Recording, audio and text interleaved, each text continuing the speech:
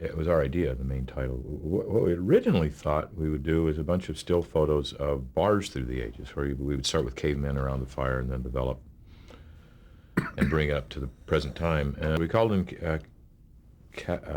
Bob and Jim, and sort of ran this idea by them, and they did some embellishments, and they did, of course, all the putting together and finding the stills and so on. Originally, as I said, it was going to be social gatherings and bars through the ages from Cro-Magnon up to the present time, and then they came in and said they were having a little trouble finding all the right kinds of photographs, but that I think it was their idea that they kind of focus on just the life of this particular bar in still photos.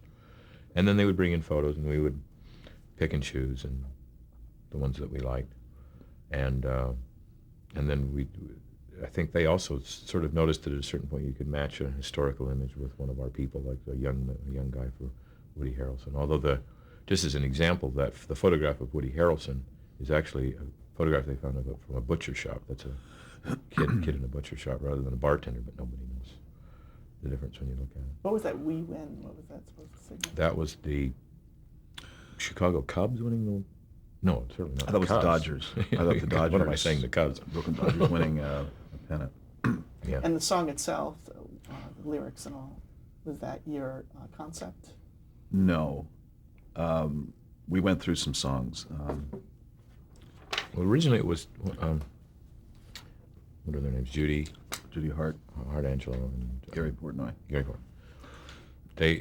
Jimmy knew them and brought in a couple of songs they had written for a show in New York, and one of them we loved. It was a song called "People Like Us," and that would have been the theme song for the show. But we called and they said, no, it's already been. It's tied up. It's part of the show. So we asked them to write something else. They came in with the song that everyone knows. Everyone knows your name. And the only problem was we loved it right off the bat, but they had done 2 or 3 verses, and they were all full of jokes. They were comic verses, and we were saying, that's going to be funny the first 2 or 3 times you hear it, but then you don't want a bunch of jokes in the main time. So could you write us one more verse that is just straight? And they did, and that was what was on the end. And I don't know if the other verses have ever been heard by the world.